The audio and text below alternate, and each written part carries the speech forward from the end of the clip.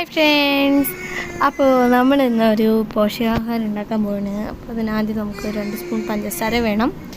നമ്മൾ പൊടിച്ചെടുത്തിട്ട് മിക്സിയിലെടുത്തിട്ട് പഞ്ചസാരയില്ലെങ്കിൽ നമുക്ക് ശർക്കര ചേർത്താൽ ലീച്ചെടുത്താൽ ശർക്കര പാനി പോലെ ആക്കിയെടുത്താൽ മതി.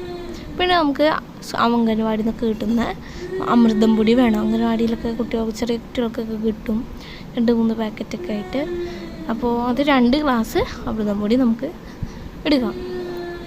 പിന്നെ നമുക്ക് വല്ല നട്ട്സ് എന്തെങ്കിലും വേണം, ബദാം, ഈന്തപ്പഴം, കാഷ്നട്ട്, അങ്ങനത്തെ നട്ട്സ്. പിന്നെ നമ്മൾ അമൃതം പൊടി റോസ്റ്റ് ചെയ്തെടുക്കുക കേട്ടോ, ഉള്ളിലിട്ടിട്ട്. അപ്പോൾ നമ്മളിവിടെ റോസ്റ്റ് ചെയ്തെടുത്തിട്ടുണ്ട് അമൃതം പൊടി, നല്ല ചൂടായിട്ട് ഇരിക്കുന്നുണ്ട്. ഇതിൻ്റെ ഇടയ്ക്ക് നമ്മൾ പഞ്ചസാര പൊടിയും കൂടി ഇട്ടിട്ട് മിക്സ് ചെയ്തെടുക്കുക കേട്ടോ.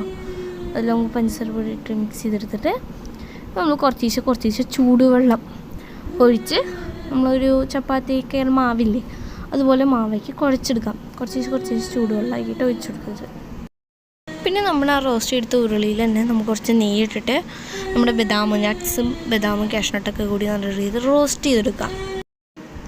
അപ്പോൾ നമുക്ക് ഏകദേശം കുറച്ചൊന്ന് റോസ്റ്റായി വന്നപ്പോഴേക്കും നമ്മൾ ഒരു 2 പിടി തേങ്ങ, അപ്പോൾ 1 പിടി ഇട്ടു, 2 പിടി തേങ്ങ നമുക്കതിലേക്ക് ഇട്ട് കൊടുത്തിട്ട് വീണ്ടും നമുക്ക് ഇളക്കാം. ഈ തേങ്ങ ഒരു ബ്രൗൺ കളറൊക്കെ ആയി വരുമ്പോൾ ഗ്യാസ് ഓഫ് ചെയ്തിട്ട് ഈ കൂട്ട് നമ്മുടെ അമൃതം പൊടിൻ്റെ കൂട്ടിലേക്ക് ചേർത്ത് കൊടുക്കാം.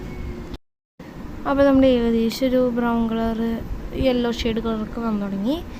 ഇനി നമുക്കിത് നമ്മുടെ അമൃതം പൊടിൻ്റെ മാവിലേക്ക് ചേർത്ത് കൊടുക്കാം. നമ്മുടെ മാവിലേക്ക് നമ്മുടെ തേങ്ങ റോസ്റ്റ്, നമ്മുടെ കാഷ്നട്ട് തേങ്ങയൊക്കെ റോസ്റ്റ് ചെയ്തത് നമ്മൾ ചേർത്തെടുത്തിട്ടുണ്ട്. നമ്മുടെ കയ്യിൽ കുറച്ച് നെയ്യോ എണ്ണയോ പുരട്ടിയിട്ട് നമ്മൾ എന്നിട്ട് ആ മാവിന്ന് ഓരോ ബോളാക്കി എടുക്കണം. എല്ലാം കൂടി മിക്സ് ചെയ്തിട്ട് കുഞ്ഞു ബോളുകളാക്കി നമുക്ക് എടുത്തിട്ട് പ്ലേറ്റിലേക്ക് മാറ്റി വെക്കാം.